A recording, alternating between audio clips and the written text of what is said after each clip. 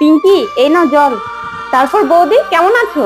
আমি ভালো আছি, তুমি কেমন আছো? আমি ভালো আছি। আর রাখি বন্ধনে তুমি তোমার বাপের বাড়ি যাবে না? কোনো দরকার নেই কোথাও যাওয়ার। মা, তুমি কিন্তু এটা ঠিক করছো না। আমি রাখি বন্ধনের 1 সপ্তাহ আগে থেকে চলে এলাম, আর তুমি বৌদিকে যেতে দিচ্ছ না। বেটা তুই চুপ কর। বাড়ির এত কাজকর্ম গুলো কে করবে? ও আর তোর দাদা দার্জিলিং এ যাবে, আবার রাখি বন্ধনে যাবে, টাকা খরচা হবে না? দিতে হবে। যাই হোক মা, তুমি বৌদিকে বাপের বাড়ি যেতে দাও, ওকে আটকিও না। ঠিক আছে বেটা। বৌদি, একবার এদিকে এসো তো। হ্যাঁ দিদি।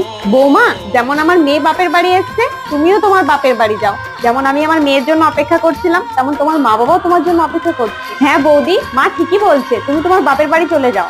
যাও বৌমা। হ্যাঁ বৌদি, যাও, বাড়ির কাজগুলো আমরা সামলে নেব। ঠিক আছে, আমি তাহলে রেডি হইনি। 1 মিনিট দাঁড়াও বৌদি।